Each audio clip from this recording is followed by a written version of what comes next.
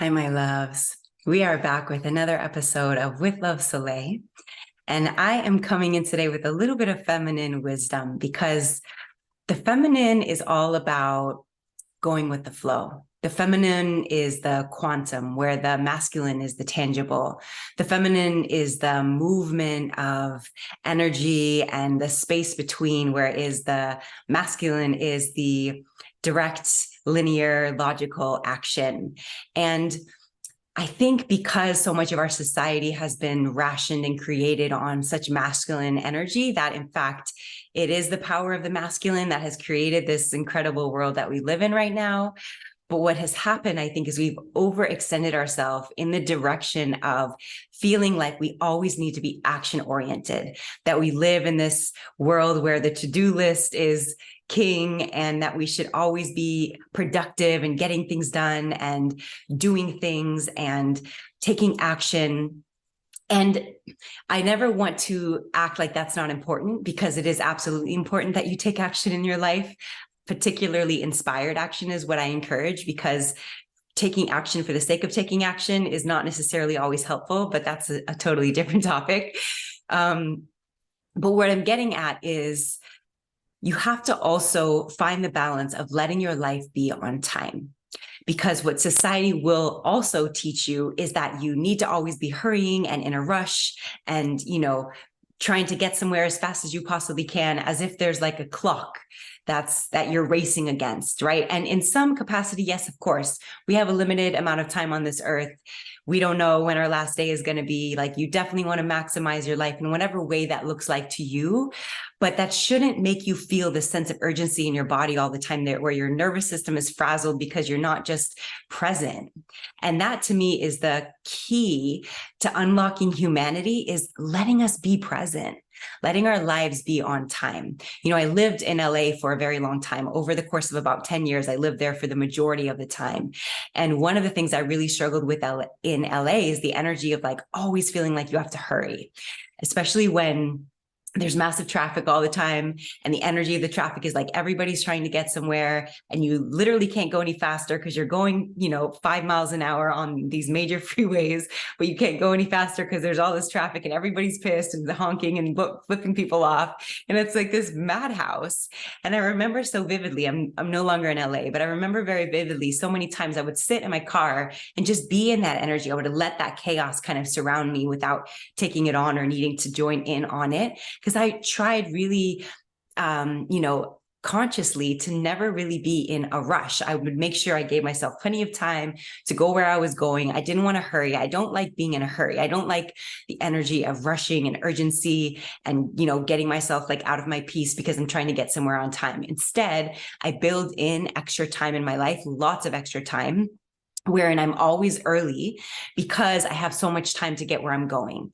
So to me, reducing the urgency in your body, reducing that rushness, that feeling like you're late and you're going to miss something, or you're not on time, or whatever it is, that core energy of just being in a hurry, of urgency, that I feel like society is kind of ingrained in us at a young age, because many of us, even as kids, have parents who are kind of always rushing. And especially, I'm sure, I don't have children yet myself, but I'm sure as a parent, you're probably often kind of late to things, or you have other people to consider, that so that you're trying to kind of rush out the door, so to speak. And so on the one hand, I get it. I know it can be difficult, especially when you add in the element of children. But what I would challenge is to say that let's not rush our children, right? Like, let's teach our children, let's teach future generations, let's train their nervous systems, their mind, their energy, how to be present, how to be available, how to be on time. Granted, there literally will be times when you're not on time. And so you have to work with that. We have to be realistic here. But the point is, we want to build in more space into our lives, because that urgency that you feel in your body, that rushness that you feel in your body, is toxic to your nervous system. It really is. It jars and it fries your nervous system. It takes you out of your body. It has your mind just running wheels and circles, thinking that it, overthinking whatever it thinks is going to happen now that you're not on time or whatever it is. And it puts you in a totally different headspace, energy space, spirit, body experience than you are if you just trust your time. Trust your time. And that's such a major key on the spiritual path, because the truth is, when you're really doing this work, your path is going to look a little longer to people.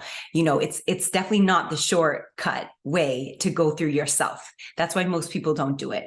A lot of people who are successful, say at a very young age. In fact, I look at Britney Spears all the time, and I just send major love to her, because I feel like she was so successful at such a young age. And now I feel an emptiness, and no offense to her. I feel for her. I understand why, because I don't think she ever got a chance to really know herself. And that to me is such a danger of children being on center stage at such young ages, because they don't even know who they are. They haven't spent any time going through the journey of self, and suddenly they're a superstar having to put on an image that's not even them. So when and how and where do they take any time to even figure out who they are? That's such a danger to me of celebrity culture altogether, because it's not always, or even often maybe, that celebrities have gone through the work of figuring out, knowing, unveiling, uncovering who they really are, and then bringing that person to the world. When you're on center stage and you're under the Hollywood umbrella, right, you have this facade oftentimes that you're wearing that is not actually who you are, because you have to perform a certain costume a certain way that's going to feed the people what you think that they need, or what your handlers think that they need, and none of it's actually you. You have not spent any time figuring out who you are. And that's so dangerous to me. To me, like, the whole point of why we're here is to figure out and remember who we are. That's the whole point. But it takes time, and it takes effort, and it takes a whole lot of courage, especially in today's day and age where this is not something you learn in school, right? Like, you either already kind of had it built in and you had the intuition around it, so you were sort of naturally doing it before you realized you were doing it, or you had your awakening and life was like, all right, now we're really doing it, or X, Y, and Z number of other ways how you've gotten on your path. But it's not something that they talk about all the time. This is not the normal way of doing it. And it's also the longer way. So most people are like, why would I go the abnormal longer way if I could go this other way, take the shortcut, be rich and famous, and I'll have everything that I want? Because that's what society claps for anyways, isn't it? But maybe what society claps for is not the pinnacle of the human experience. Maybe not. And so what we want to figure out then, well, what is the pinnacle of the human experience? Well, first and foremost, it's the capacity to be present in your body. To even be present, to even be available to the mystical, magical reality that's always shifting and changing in our favor, and working to communicate to and through us, to guide us on our paths, to represent the mystical and magical in other people's lives. Like, to even be available to that at all, which I would argue that most people are simply not, because they're not even present. Presence is out of the mind. The mind is the tool for presence. It's not the pathway to presence. That's why meditation in this path is so key, because if you are lost in the sauce of your mind all the time, then you're not really present. You have to actively work to be present in our society. I would argue that babies come out quite present. If you've ever held a baby, which most people have, they're like intensely present. They almost require you to be present in some way. They bring out the presence in other people. That's like true presence. And then as we grow and develop and go into this crazy world, we become less present, because we start using our minds, and we ration and create our reality through our minds. And then we spend whatever it is, 75,000 thoughts a day thinking and creating our reality. And suddenly we're not in our bodies at all. We're totally disconnected from presence. We're rushing and hurrying around because the mind says that that's what we need to do. And we don't know ourselves. And now we've created this whole mess because we have not even tapped in with who we are, which to me is the whole progress and process of evolution. Spiritual and human evolution is absolutely possible. I hear a lot of people act like it's sort of a myth, or it's not totally possible, or, we don't evolve and grow that much. And I would argue against that, because everybody around me is growing and evolving endlessly and infinitely to the place where I really feel all of us pulling humanity up to higher levels of consciousness, which is ironic because the higher level of consciousness is not that you are smarter with your mind. It's usually that you've finally gotten out of your mind, right? Like you've lost your mind, which is funny because that's such a negative term in our society. But to me, you have to first lose your mind to get into your spirit. You work actually quite hard to lose your mind, to lose the hold, the chokehold that thought and intellect has over our lives, to get into your body, to be actually completely present with where you are. Not in a hurry. You're not late. You're not needing for more than what you have. You're just here now. And it is courageous and radical to be here now. In fact, I oftentimes find and feel myself in a place where I'm just very present. And I can tell people are kind of like, they can feel it, right? Because again, presence is contagious in a way. It's like what I was referring to with babies. It's like you can feel it so much that it's uncomfortable for people who are not present. So I can, when I'm in that just deeply present space, especially in public, I kind of witness how people respond to me, because usually people can kind of tell that you're actually just present, not like lost in mind, or you're not shifting and changing with the chaos of the world. You're just available. You're just here in your body representing your full self. And, a lot of people think that that's weird, or people want to ask me like, what am I thinking about? My natural true response would be, I'm really not thinking about anything at all. I'm really just available to the now. And that is difficult. It takes time. It takes unlearning and untraining to come down from needing to think or be figuring something out all the time or doing something all the time in a society that champions doing. Being is a radical act. I'm going to say that again. In a society that champions doing, being is a radical act. And it takes effort and time and commitment to even be able to know what that means, to be able to be in your beingness, to be in your body, to be fully present, fully here, wherein you don't need to be anywhere else. You're not looking into the future. You're not parsing over the past. You're not trying to figure anything out. You're not trying to find anything else beyond what you have right here. And so that's the reduction of urgency. That's the demanding that we're not going to rush anymore. I'm not going to fry my nervous system to hurry to get to somewhere that I'm going to already go when I get there, right? I'm not going to try to push myself over my limit and be in that fight or flight mode all the time to try to rush and hurry. Again, I'm really conscious about building in space and time in my life so that my nervous system is not fried all the time. It took me a long time and a lot of work to come down from the jarred nervous system, the fried nervous system, because even I think people who seem like so happy all the time and present, they're like always smiling and like always joyful. That often comes from like a fried, jarred nervous system, right? They're kind of like at the, they're like not even in their bodies. And you can really tell, because if they just take a breath, then like all of that kind of collapses. If you notice them kind of come back down to themselves, that whole facade sort of shuts down, because it's a facade. It's a facade. And so the work is to come back into your own humanity. And that is what most people avoid, because to be present means then to be in your own humanity.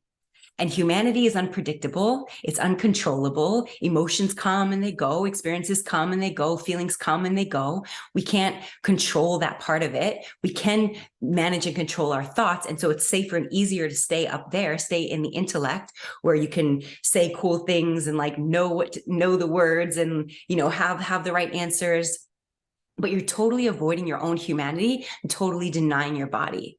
And so people are out of their bodies. They're out of touch with themselves. They haven't done this work. They haven't made the space in their being for themselves to exist. And that's what society teaches us. That's just that is the world that we live in. And so what we're doing on the outskirts of that reality is building space within ourselves for us to exist, where everything is okay, where we don't need for much more than what we have, where we enjoy the feeling and experience of just being in our body, the flow of emotions, the changing experiences. It's all actually quite enjoyable once you get to the layers where you know yourself and you trust yourself. It takes time though. This is again where meditation really comes in, because you practice and perfect and master presence in meditation by being willing to sit with yourself, which most people are not. And, I hear all the excuses and reasons why people don't meditate. And on the one hand, I understand. On the other hand, I don't, because It is all of our societal responsibility, at least, to have sovereignty and agency over yourself. And you won't even know what that means if you can't sit in stillness with yourself. And again, stillness might look like, nature playing in the background, or, you might have a little accompaniment to your stillness. It doesn't have to be like utter pure stillness like me. I'm just a crazy person like that. But I do encourage and challenge you. If your mind says, well, I don't need to meditate, you don't even realize what you need until you get through the layers of yourself that are convincing you don't need to meditate. It's really just the ego protecting itself, saying you don't need to meditate. Once you challenge that thought, that limiting belief, then you come underneath the ego and you find, oh, wow, there's a whole world that opens up when you sit with yourself. And it's not always fun, again, right? Because in the practice of meditation, you're meeting the components and aspects of yourself that you're not always fully aware of, or maybe you are, you kind of deny, or whatever it is, or the hurt or the pain or the experiences. Like there's any and everything that will come up in your meditation practice. And that is the point. This is the journey through the self. This is the journey into the self, where you can actually be present, because all of those things exist within you, whether you choose to sit with them or not. And if you don't, then what ends up happening is they get projected out onto the world around you because you're not meeting them and they have to go somewhere. So you're suddenly spewing them onto other people because you're not willing to sit with yourself. So the work is presence. The work is to commit to not being in a hurry, not being late, not being feeling that urgency in your body, challenging the fight or flight, coming down from the mind, and being willing to be with yourself. So that's what we're going to, challenge society with. And what I challenge you with is really practicing noticing when you feel that sense of urgency, or, you're kind of like really stuck in your mind, or you're coming out of your body, or you just can't be fully present. And if nothing else, maybe you start to practice meditation in action. To me, stillness meditation, sitting meditation usually comes before meditation in action, because that's where you learn it. And then you go out in the real world and you actually apply it. But maybe some other people will do it differently. So maybe for you, you're like, okay, I'm going to try meditation in action first. You can try it. But the key is you won't even know you're not present, because your mind thinks that you're present because you're so busy in your mind. You have to get out of the mind. You have to untrain your mind to be constantly thinking, constantly filtering, constantly discerning and deciphering, and all the things that the mind does, all of the processes of the mind that you don't even realize are happening. You don't even realize is not who you only and fundamentally are until you come down from that. Either way, if you want to try meditation in action, be present wherever you are. Go where you go and do what you do, and challenge yourself to presence. If you feel the urgency, sit down, come back to your body, come back to your breath. The breath is a major, major key and tool for what I'm talking about, because it brings us back to our bodies. It takes us out of our mind. When you're consciously, really, truly mindfully breathing, you're not also going to be in that kind of stream of chaotic thought. It'll take you at least somewhat down from that, and you can start to notice your breath and be with your breath in a different way. But whatever way you're going to be practicing this, do it. Because the projection of the mind onto the exterior world is causing the spiritual war, right? The spiritual war is really fought within. It's won within. And if every person wins their own spiritual war, they find peace within their bodies, and then they make peace in the world. Because when your experience is peaceful, it's good, your nervous system is regulated, other people feel that. That's the energy that you give. That's the energy that you bring to your space. And it sort of reminds other people's energetic bodies that it's okay. It's okay. I've heard people tell me I feel like medicine for presence. I bring the medicine to presence. And I understand what they mean, because I've put a lot of work into being the energetic presence that offers the okayness to people, that we're okay here. All is well. We're not in a hurry. We don't have to rush. We're not late. All is good right now. All is good in my reality, and they can feel it. And so you have to create that experience for yourself. We all do. That is our societal responsibility. I think many of us who are on the awakened path, remembering who we are, that's that fundamental return to the self, is the recognition of who you really are and where you really are, that the you that's really you is timeless. The time doesn't even exist. That's a totally different topic. But all of that is beyond, just being here. just being here. So let that be your practice. Practice being present. Challenge the rush, challenge the urgency, challenge when your nervous system is feeling fried or jarred. Just take a couple breaths. The breath is the challenge. That's what's going to bring you back to yourself. It's what's going to bring you back to reality. The mind is the only part of you that is not in reality, which is funny because we spend all of our time there. The body is here. The body can't not be present. The spirit, the energy, it's here. It's available. The emotions, they're here. They're attuned. They're tapped in. The mind is somewhere else. It's in the future. It's in the past. It's in its storyline. It's in its ego. It's an identity. It's anywhere but here. That's why we have to really work to retrain our mind on how to actually be present. Move back in with 0 point reality where nowness exists. So however you want to do that, however you can get there, the breath is an amazing tool. Meditation, as always, I will highly recommend. But let us all be the rebels to a rushing society where in our experience, in our reality, everything is okay. Everything is okay. That's what I'm going to give you guys for today. Please let me know if you have questions, thoughts, feedback. As always, if you could like, comment, subscribe, all the things to help me grow this channel, I would really appreciate it. And again, thank you all so much for your constant love and support. It really just feeds me in every single way. Major love, you guys.